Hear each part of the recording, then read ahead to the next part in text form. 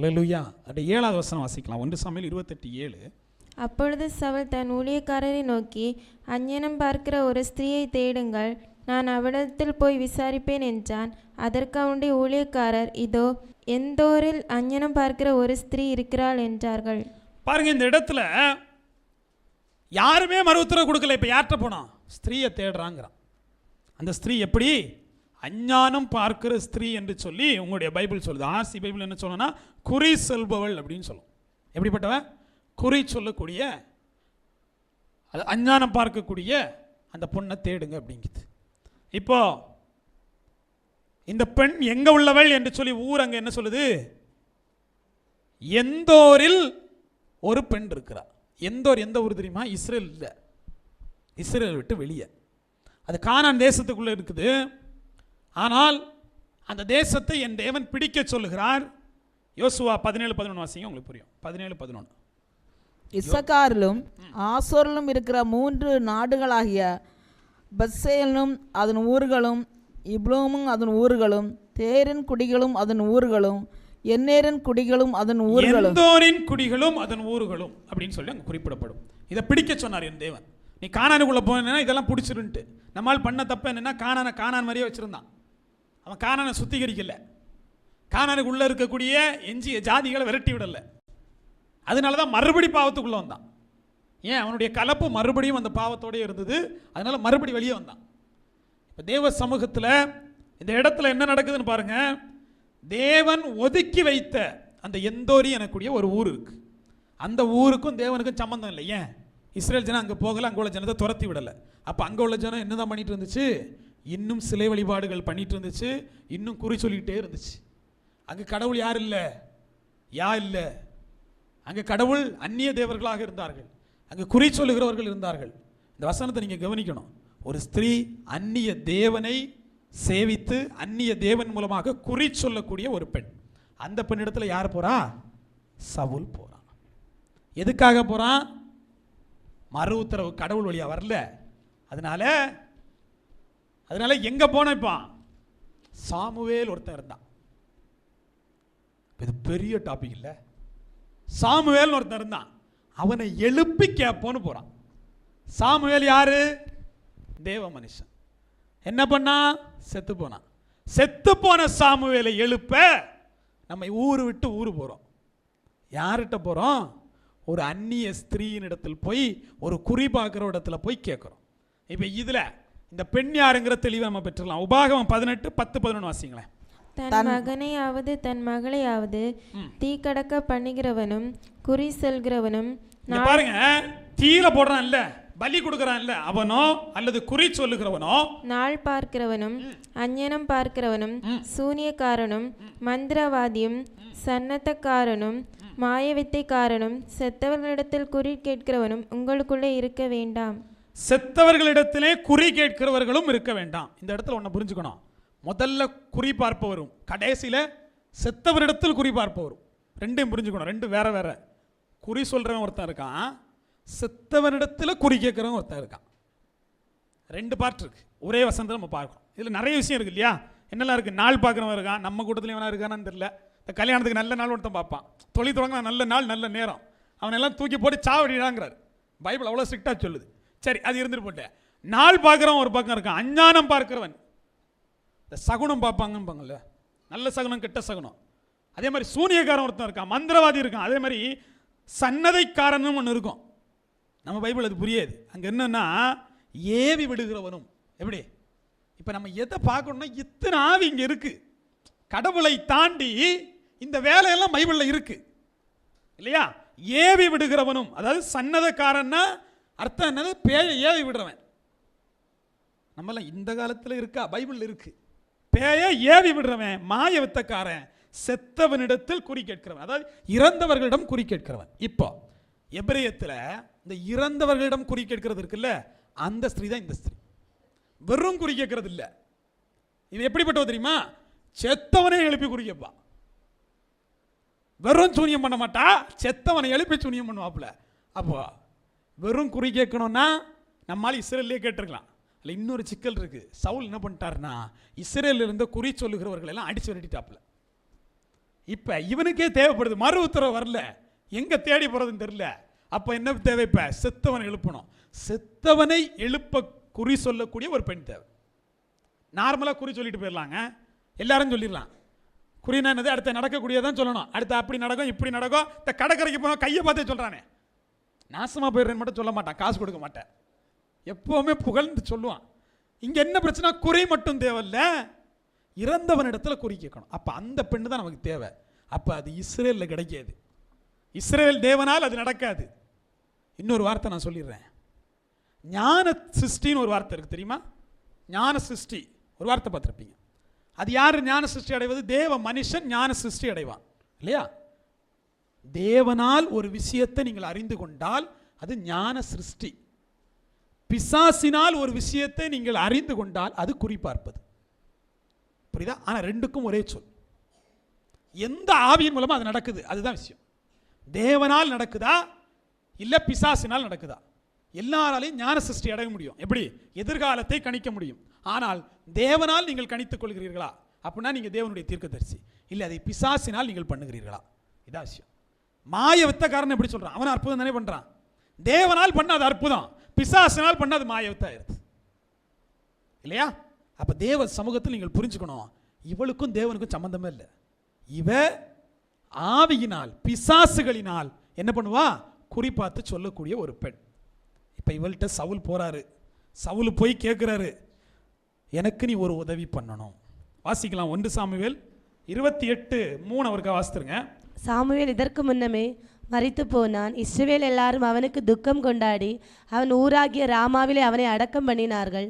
சவுல் அஞ்சனம் பார்க்கிறவர்களையும் குறி சொல்லுகிறவர்களையும் தேசத்தில் இராதபடி துரத்தி விட்டான். இப்போ பாருங்க, தேசத்தில் குறி சொல்றவனே இல்லை இஸ்ரேல்ல. ஏன்? தேவனுக்கு எதிரானது, எல்லாரையும் துரத்தி விட்டாச்சு. இப்போ சவுல் மார் வேஷத்தில் போறான். ஏன்?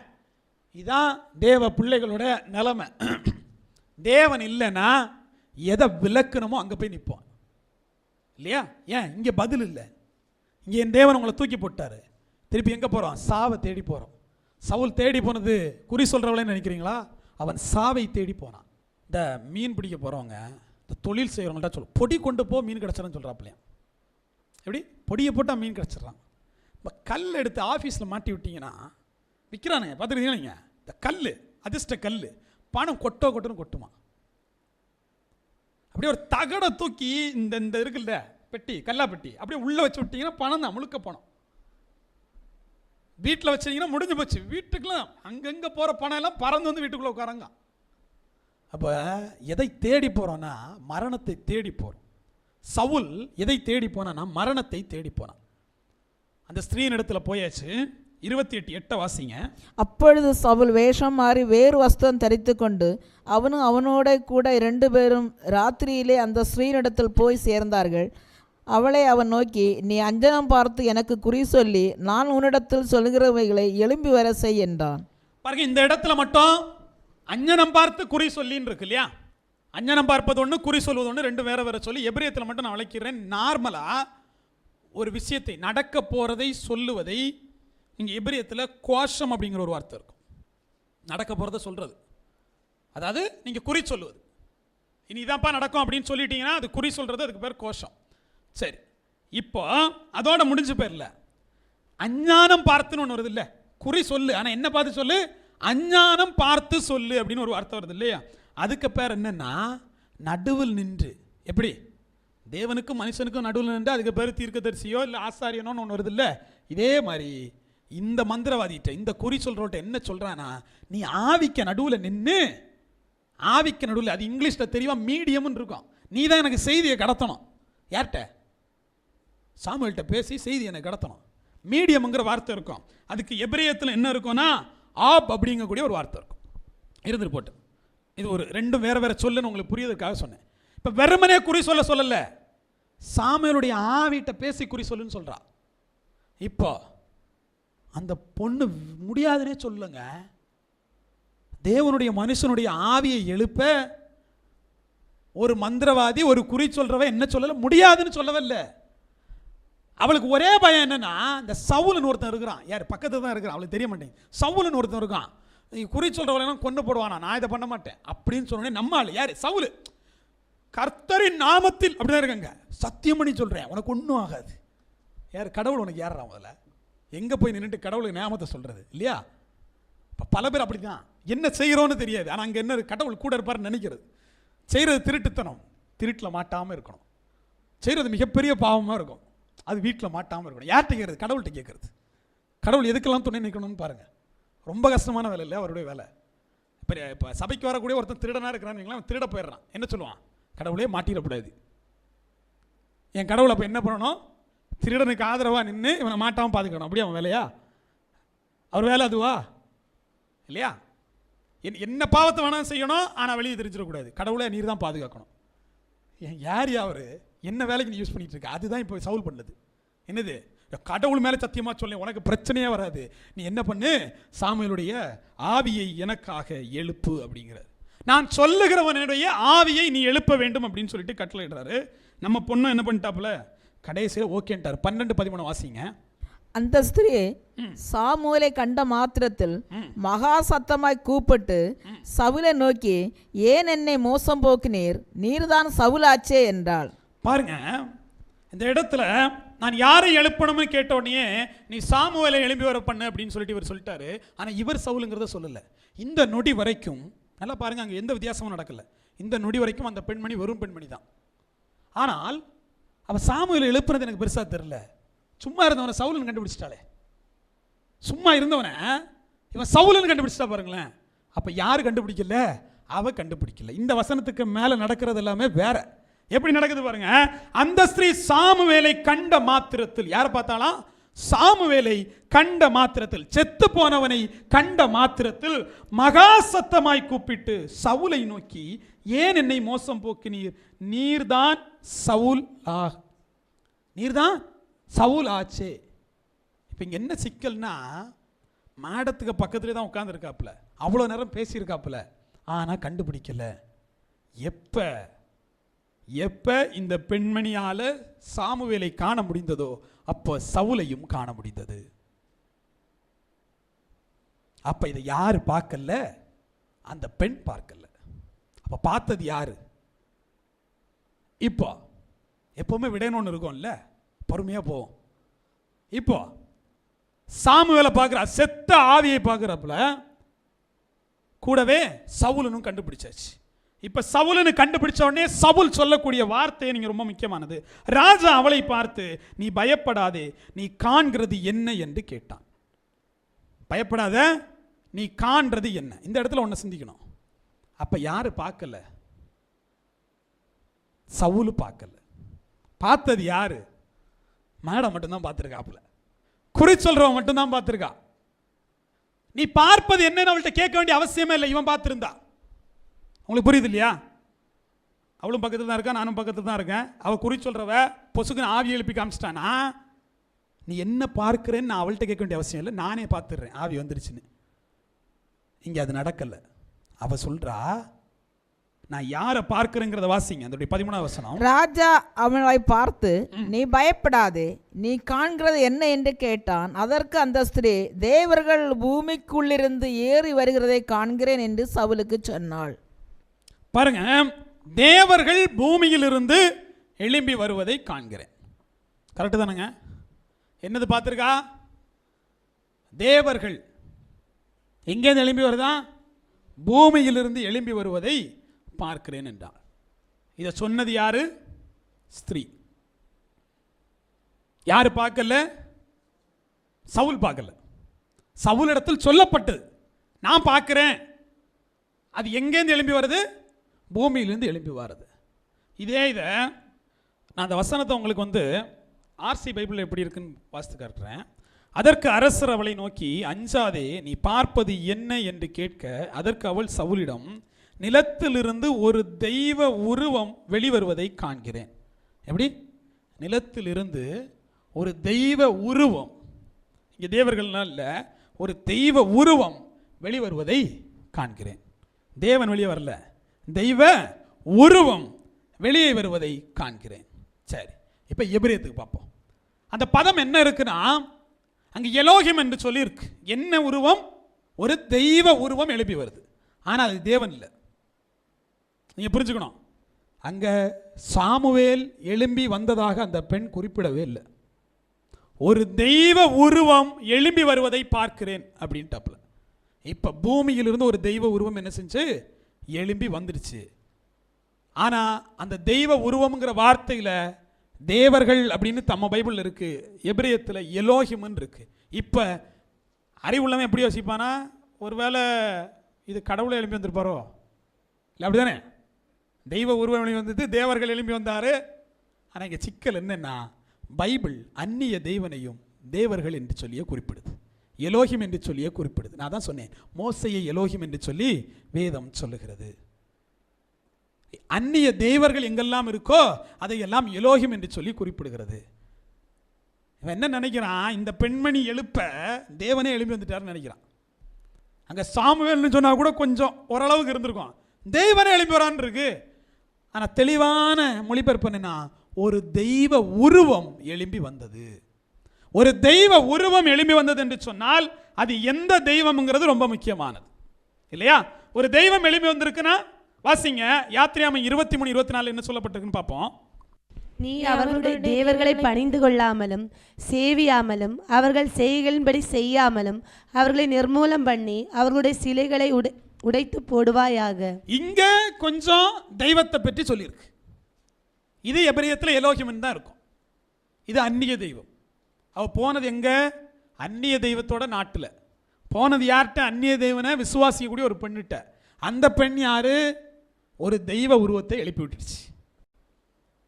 தெய்வ உருவம்னா அவ வழிபடக்கூடிய ஒரு உருவத்தை என்ன பண்ணிடுச்சு? அது எழுப்பி விட்டுடுச்சு. ஒரு தெய்வ உருவம் பூமியிலிருந்து எழுப்பி வருவதை காண்கிறேன். சரி, கண்டாச்சு. இப்போ அதனுடைய ரூபம் எப்படி இருக்கிறது? வாசிங்க அடுத்த வசனம். அவருடைய ரூபம் என்ன என்று அவளை கேட்டான். இப்போ இதெல்லாம் எதை உங்களுக்கு உணர்த்துதுன்னா, சத்தியமா சவுல் சாமுவேலை பார்க்கல. நீ அதை மட்டும் புரிஞ்சுக்கணும். சவுல் சாமுவேலை பார்க்கவே இல்லை. என்ன கேட்கிறாரு தெரியுமா? அது ரூபம் எப்படி இருக்கு பார்த்து சொல்ல அப்படின்ட்டு. அதற்கு அவள், சால்வை போர்த்து கொண்டிருக்கிற ஒரு முதிர்ந்த வயதான மனுஷன் எழும்பி வருகிறான் என்றாள். பாருங்க, சால்வையை போர்த்திட்டு ஒரு முதிர்ந்த வயதுள்ளவன் என்ன பண்றாரு? எழும்பி வருகிறான். அதனாலே சவுல் அவன் சாமுவேல் என்று அறிந்து கொண்டு தரை மட்டும் முகங்குனிந்து வணங்கினான். பாருங்க, இப்ப இது வரைக்கும் இவன் வணக்கத்துக்கு காரணம் என்ன தெரியுமா? இவன் சொன்னது என்ன சொன்னா? வயசான ஒருத்தர் இருக்கிறார்ப்பா அப்படின்ட்டு. ஏன்னா சாமுவேலுக்கு வயசாயிடுச்சு, உங்களுக்கு தெரியும் இல்லையா? அவன் சாகும் போது வயசாக இருந்துச்சு. அவன் சொல்லும் போதே ஒரு தடவை சொல்லுவான், நிறைய மயிரோடு இருக்கிறேன் அப்படிமா. வயசாகி போச்சு. இப்போ இங்கே வந்து சாமுவேல் வந்தான்னு அவன் சொல்லவே இல்லை. நிறைய மயிரோடு வயசான ஒருத்தன் வந்தான், முடிஞ்சிச்சு. தலைவர் அப்படியே என்ன பண்ணிட்டாரு? முகம் குப்புற விழுந்துட்டார். விழுந்து அவனை வணங்கி அவன் பணிந்து கொண்டான் என்று சொல்லி வேதம் சொல்லுகிறது. இப்போ நான் இந்த இடத்துல ஒரு கேள்வி கேட்குறேன். ஒரு அந்நிய தேவனை வழிபடக்கூடிய ஒரு ஸ்திரீ, அவளால் தேவ மனுஷனை எழுப்ப முடியுமா? முடியுமா நினைக்கிறீங்களா? தேவன் தன்னுடைய தாசனை, தன்னுடைய தீர்க்கதரிசியை ஒரு மந்திரவாதி கையில் கொடுப்பானா? அப்போ இங்கே என்ன நடந்துச்சு அப்படிங்கிறத நீங்கள் பார்க்கணும். சவுல் பார்க்கல, ஸ்திரீ பார்த்தா. இப்போ குறி சொல்லுகிறவர்கள் எப்படி குறி சொல்வார்கள்? வாசிக்கலாம். அப்போஸ்தலர் 16:16 வாசிங்க. நாங்கள் ஜெபம் பண்ணுகிற இடத்துக்கு போகையில் குறி சொல்ல ஏவுகிற ஆவியை கொண்டிருந்து குறி சொல்லுகிறதினால் தன் எஜமான்களுக்கு மிகுந்த ஆதாயத்தை உண்டாக்கின ஒரு பெண் எங்களுக்கு எதிர்பட்டாள். பாருங்க, குறி சொல்லுகிற ஆவியை கொண்ட ஒரு பெண் குறி சொல்வதால் அந்த ஆவியை அவளை எதுக்கு ஏவிச்சான்? குறி சொல்ல ஏவிச்சான். இப்ப குறி நீங்களும் நானும் சொல்ல முடியாது. இதுதான் சொல்ல முடியும், ஒரு ஆவி உங்கள்கிட்ட வந்தாதான் நீங்க குறி சொல்ல முடியும். உங்க ஆவியில நீங்க குறி சொல்ல முடியாது. இப்ப தீர்க்க தரிசனமும் கூட, என் தேவனுடைய ஆவி உங்கள்கிட்ட வரும்போது நீங்க தீர்க்க தரிசனம் வர முடியும். என் தேவன் உங்களுக்கு வெளிப்படுத்தும் போது நீங்க வர முடியும். உங்க ஆவியில நீங்க என்ன பண்ண முடியாது? முடியாது. இப்ப இந்த ஸ்திரீ இவ்வளத்தையும் பேசல. இந்த ஸ்திரீ யாரை கண்டுபிடிக்கல? சவுலை கண்டுபிடிக்கல. அந்த ஸ்திரீக்குள் ஒரு ஆவி வந்த உடனே அவ எல்லாத்தையும் கண்டுபிடிக்கிறா. பக்கத்தில் இருக்கிறது சவுலுன்னு கண்டுபிடிக்கிறா. சடார் நான் ஒருத்தனை எழுப்பிட்டேன்னு சொல்றான். சொன்னது யாரு? ஆவி. இப்போ ஆவி பொய்யும் பொய்க்கு பிதாவுமாக இருக்கிறது. ஆவி என்ன சொன்னாலும் நீ நம்பிடுவே அப்படின்னா அவன் என்ன செய்வான்? எழுப்பிட்டே தான் இருப்பான் இல்லையா? வேதம் உங்களுக்கு ஒரு வசனம் சொல்லுது பாருங்க, எந்த ஆவி என்று சொல்லி 1 யோவான் 4:1 வாசிங்க. பிரியமானவர்களே, உலகத்தில் அநேக கள்ள தீர்க்கதரிசிகள் தோன்றி இருப்பதனால் நீங்கள் எல்லா ஆவிகளையும் நம்பாமல், எல்லா ஆவிகளையும் நம்பாமல், அந்த ஆவிகள் தேவனால் உண்டானவைகளோ என்று சோதித்தறியுங்கள். அந்த ஆவி தேவனால தான் உண்டாயிருக்குதா நீ என்ன பண்ணு? சோதித்து அறி என்று சொல்லுகிறார். இங்க ஆவியில வேறுபாடு இருக்கு. வந்த ஆவி எந்த ஆவி இல்ல? தேவ ஆவி இல்ல. அந்த ஆவி எல்லாத்தையும் சொல்லும். அந்த ஆவி எப்படி தெரியுமா? தன்னை தேவனை போல் காண்பிப்பது. அது தன்னை சாமுவேலை போல காமிக்காதா? அந்த ஆவி தன்னை தேவனை போல் காண்பித்து ஆராதனையை தனக்குரியதா ஏற்றுக்கொள்ளக்கூடிய அந்த ஆவி தன்னை சாமுவேலை போல் காட்டுமா இல்லையா? காட்டும். இப்ப சவுல் ரொம்ப பாவம். அவன் நம்பிட்டான் வந்தது யாரு? சாமுவேல் என்று சொல்லி. அவன் பேசுறான், எப்படி நான் செத்துருவேன்? ஆமா செத்துருவேன், முடிஞ்சு. அவ்வளவுதான் அங்குள்ள சொல்லி. ஏதாவது பதில் கிடைத்ததா? செத்துருவனா இல்லையா? ஆமா செத்துருவன், முடிஞ்சிச்சு. அவ்வளவுதான் அங்க இருக்குது. ஆனால் இது எல்லாம் சொன்னது யாரு தெரியுமா? ஒரு ஆவி. அந்த ஆவி தேவாவியா? இல்ல. அந்த ஆவி குறி சொல்லும் ஆவி. அந்த ஆவி பொல்லாத ஆவி. ஒரு பொல்லாத ஆவி பொய் பேசுமா உண்மை பேசுமா? அப்ப அந்த ஆவி சொல்லுது, இங்க ஒருத்தன் எழுப்பி நிற்கிறான், சவுல். ஆமா நிற்கிறான்.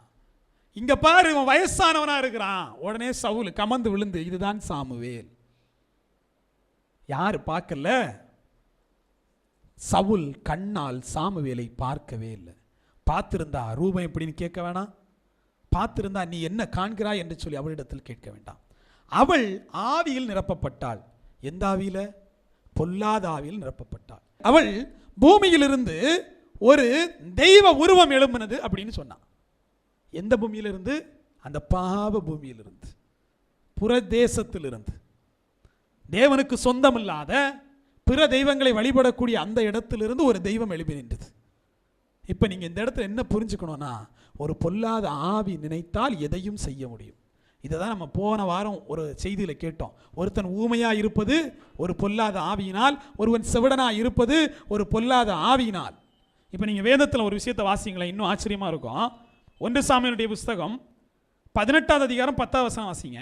மறுநாளிலே தேவனால் விடப்பட்ட பொல்லாத ஆவி சவுலின் மேல் இறங்கிற்று. அவன் வீட்டிற்குள்ளே தீர்க்க தரிசனம் சொல்லி கொண்டிருந்தான். அப்பொழுது பாருங்க, ஒரு ஆவி, பொல்லாத ஆவி உள்ள போது தீர்க்க தரிசனம் சொல்றான். என்ன ஆவி போச்சு? நல்ல ஆவி போச்சா? பொல்லாத ஆவி போச்சு. என்ன பண்ணா? வீட்டுக்குள்ள தீர்க்க தரிசனம் சொல்றான். பொல்லாத ஆவி எப்படி தீர்க்க தரிசனம் சொல்லுது? இப்ப என் தேவன் பொல்லாத ஆவியை பக்கத்தில் வச்சுக்காரா? அப்படி இல்லை, அவர் அனுமதிக்கிறார். அவனை பொல்லாத ஆவி ஆட்கொள்ள அவர் அனுமதிக்கிறார். இங்கு சிலருடைய வாழ்க்கையில் பிசாசு உங்களை பிடிக்குதுன்னா என் தேவன் அமைதியா இருக்கிறார், தன்னுடைய ஆவியை மாத்திடுறாரு. நீங்க பாத்தீங்கன்னா வேதம் தெளிவா சொல்லுது. நீங்க 1 சாமுவேல் 16:14-15 வாசிங்க. யாவுடைய ஆவி சவுலை விட்டு நீங்கினார். யாவுடைய ஆவி சவுலை விட்டு நீங்கினது? யாவால் வரவிடப்பட்ட ஒரு பொல்லாத ஆவி அவனை கலங்க பண்ணி கொண்டிருந்தது. இந்த இடத்துல நம்ம இந்த ஆவியை குறித்து ரொம்ப ஜாஸ்தியாக இனிமேல் பார்ப்போம் நான் நினைக்கிறேன். வரக்கூடிய நாட்களில் உங்களை ஒரு ஆவி கண்டிப்பாக ஆட்கொள்ளும். 2 ஆப்ஷன் இருக்கு. உங்க ஆவி ஒன்று இருக்குல்ல, உங்க மேலே ஒன்று தேவ ஆவி இருக்கணும், இல்லையா பிசாசின் ஆவி இருக்கணும். 2ல் ஒன்று இருந்தே ஆகணும். இப்போ தேவ ஆவி யாரை விட்டு மாறி போனது? சவுலை விட்டு மாறி போனது. உடனே என்ன நடந்துச்சு? ஒரு பொல்லாத ஆவி வந்து அவனை பிடித்து கொண்டது இல்லையா? இப்போ இந்த ஸ்திரீயை யார் பிடிச்சிருக்கா? குறிச்சொல்றவள்கிட்ட தேவ ஆவி இருக்கா? இல்லை. அங்கே இருக்கிறது என்னதுதான்? பொல்லாத ஆவிதான். பொல்லாத ஆவி பொய் பேசுமா இல்லையா? பொல்லாத ஆவி சாமுவேலை எழுப்பிட்டுன்னு சொல்லிச்சு. ஆனால் அது வாயால் எப்பவுமே சாமுவேலை எழுப்பினேன்னு சொல்லவே இல்லை. கவனிச்சிங்களா நீங்க? அது வாயால நான் சாமுவேலை எழுப்பிட்டேன்னு சொல்லவே இல்லை. அது சொன்னது பார்க்க வயசானவரை போல இருக்குப்பா அப்படின்ச்சு. அப்படிதான் சொல்லிச்சு இல்லையா? நீங்கள் இதை தின்னும் போது நீங்கள் நன்மை தீமை அறியத்தக்க பிசாசுகளாய் மாறீர்கள் சொல்ல, தேவர்களை போல் ஆவீர்கள் தான் சொல்லிச்சு. சொல்லிச்சா இல்லையா? ஆதாம் ஏவாளும் தேவர்களை போல் ஆனார்களா? ஏதேன் தோட்டத்தில் யாசுவா தேவன், வெளியே அனுப்பிட்டான், அவன் தான் அவனுக்கு தேவன். புரியுதுல உங்களுக்கு? அவன் விருப்பப்படி அவன் நடந்துக்கிற முடியும். அந்த தேவன் அதை சொல்லி விட்டுடுச்சு. அதே கதை தான் இங்கே எழும்பி வந்த தேவனே வேற. எப்படி? அவன் என்ன நினைச்சான்? யாசுவாவை போல மாறிடுவோன்னு நினைச்சிருந்திருப்பான். ஆதாம் எவ்வளோ என்ன நினைச்சிருப்பாப்புல? நம்மளும் யாசுவாவை போல, நம்மளும் யாவை போல மாறி விடுவோன்னு நினைச்சிருந்திருப்பாப்புல. ஆனால் அவங்க மாற்றப்பட்டது எப்படி? மரணத்திற்குரியவர்களாக மாற்றப்பட்டார்கள். இங்கு தேவனை போல ஒரு உருவம் வந்துச்சே தவிர அது தேவன் இல்லை. அல்லேலூயா. அது சாமுவேலும் இல்லை. வந்தது ஒரு பொல்லாத ஆவி, அதை பற்றி சாட்சி கொடுத்தது ஒரு பொல்லாத ஆவி, அதை கேட்டுக்கொண்டிருந்ததும் ஒரு பொல்லாத ஆவி. சவுல்ட்ட என்ன இருக்கு? பொல்லாத ஆவி இருக்கு. பொல்லாத ஆவி பேசுது, பொல்லாத ஆவி பார்க்குது, பொல்லாத ஆவிட்ட சொல்லுது. இதை நம்ம நம்பிட்டு ஒருவேளை சாமுவேல் தான் எழும்பி வந்துட்டாரோன்னு நினச்சிக்கிட்டு இருக்கிறோம். மரணத்தில் இறங்கினவர்கள் ஒருபோதும் என்ன பண்ணுறதில்ல? என் தேவன் அனுமதித்தால் ஒளிய அவர்கள் எழும்பி வருவதில்லை. அல்லேலூயா. அப்படின்னா இங்கே யார் வரல? சாமுவேல் வரல. வந்தது யாரு? ஒரு பொல்லாத ஆவி. இன்னும் இதுக்கு ஒரு விளக்கத்தை கொடுத்தீங்கன்னா, ஆர்சி பைபிள் இதை முதல்ல சொல்லிக்கலாம்ப்பா அப்படிங்கிற மாதிரி இருக்கும். ஆர்சி பைபிள் நீங்கள் வாசிக்கிற போது என்னுடைய 8வது வசனம் எப்படி இருக்குது அப்படின்னு பாருங்களேன். 8வது வசனம்னா ஆவியை கொண்டு எழுப்பணும்னு சொல்லும்போது உங்களுக்குள்ள 8வது வசனம் எப்படி இருக்குன்னு பார்த்துக்கோங்க. ஆர்சி பைபிள் எப்படி இருக்குன்னு பாருங்க. சவுல் மாறு வேடமிட்டு வேற்றுடை அணிந்து கொண்டார். அவரும் அவருடன் 2 ஆள்களும் இரவில் புறப்பட்டு அப்பெண்ணிடம் சென்றனர். அவர் அவளை நோக்கி, இதில் கவனிங்க, சவுல் அவளை நோக்கி ஏதாவது ஒரு ஆவியின் துணை கொண்டு, எப்படி? உங்கள் பைபிள் அது இல்லை, உங்கள் பைபிள் அது இல்லை. ஏதாவது ஒரு ஆவியின் துணை கொண்டு குறி கேட்டு சொல். அப்படிதான் அங்கே இருக்கு. என்னென்று இருக்கு? ஏதாவது ஒரு ஆவியை வச்சு எனக்கு குறி சொல்லு, நடக்க போறத சொல்லு, சாமுவேலை கொண்டு சொல்லுன்னு சொல்லலை. ஏதாவது ஒரு ஆவியை கொண்டு எனக்கு குறி கேட்டு சொல். குறினா என்னது? நடக்க போறத சொல்லு. ஏன்? எனக்கு தேவன் மறு உத்தரவு தரல. அப்ப ஏதேனும் ஒரு ஆவியை கொண்டு குறி கேட்டுன்னு சொல்லுன்னு சொன்னோன்னே இந்த பொல்லாத ஆவி ஒரு ஆவியை கொண்டு குறி கேட்டு சொல்லிச்சு, நீ செத்து போவேன்ட்டு. அவ்வளவுதான் நடந்துச்சு. சாமுவேல் செத்து போனான். அல்லேலூயா. இல்லை, அவ்வளோதானே நடந்துச்சே. சாமுவேல் செத்து போனான். ஏன்? காரணம் என்ன? தேவனை தேட வேண்டியவன், தேவ சமூகத்தில் நிற்க வேண்டியவன் ஊரிம் தும்மிமை விட்டுட்டான், தீர்க்கதரிசியை கொன்னுட்டான், தேவனோடு வைத்திருந்த உறவை விட்டுட்டான். எங்கே போய் நின்னா? அந்நிய தேவன் முன்னதாக போய் நின்றான். என் வேதம் சொல்லுகிறது, குறி சொல்லுகிறவன் மட்டும் இல்லை, குறி கேட்கிறவனும் கொல்லப்பட வேண்டும் என்று சொல்லி சவுல் கொல்லப்பட்டார். ஏன்னா அவன் எதிர்த்தது யார? வெறுமனே தேவ மனிதர்களை அல்ல, அவன் தேவனையே எதிர்த்தான். யூதாஸ் எதிர்த்தது யார? தேவனையே எதிர்த்தான். ஆகான் எதிர்த்தது யார? தேவனையே எதிர்த்தான். தேவ திட்டத்தை நீங்கள் எதிர்க்கிற போது என் தேவன் பார்த்துட்டு சும்மா இருக்க மாட்டார். என் தேவன் உங்களுக்கு மறு உத்தரவு தருவதை முதல் நிறுத்துவார். நீ என்னவும் புலம்பு, உனக்கு பதில் வராது. நீ என்னவும் ஜெபி, உனக்கு வராது. காரணம் என்ன? நீ தேவனுக்கு எதிர்த்து நிற்கிறாய். இங்கு சவுல் தேவனை எதிர்க்க ஆரம்பித்தான். அதாவது தாவீதை எதிர்க்க ஆரம்பித்தான். அவனிடத்திலிருந்த ஆவியை மாற்றி பொல்லாத ஆவியை கொடுத்தார். அவன் அந்த பொல்லாத ஆவியோடு தன் உயிரை காப்பாற்றிக் கொள்ள தேவனிடத்தில் பொல்லாத ஆவியோடையே ஜெபிக்கிறான், பொல்லாத ஆவியோடைய தீர்க்க தரிசனம் உரைக்கிறான். அதனால எந்த பலனும் இல்லை. அதே பொல்லாத ஆவி இன்னொரு பொல்லாத ஆவிட்ட கொண்டு போய் விடுது. அந்த பொல்லாத ஆவி ஒரு பொல்லாத ஆவியை எழுப்புது. அந்த பொல்லாத ஆவி கடைசியில் சொல்லி நீ செத்து போவேன்னு சொல்லுது. இந்த பொல்லாத ஆவியும் செத்து போயிருது. ஆக மொத்தத்தில் ஒட்டுமொத்த கதையும் பொல்லாத ஆவிகளின் கதை. என் தேவன் அதான் சொல்றாரு, இங்க ஆவிகள் நிறைய இருக்கு, அதனால ஒவ்வொரு ஆவியையும் நீ சோதித்து அறி என்று சொல்லி. அல்லேலூயா.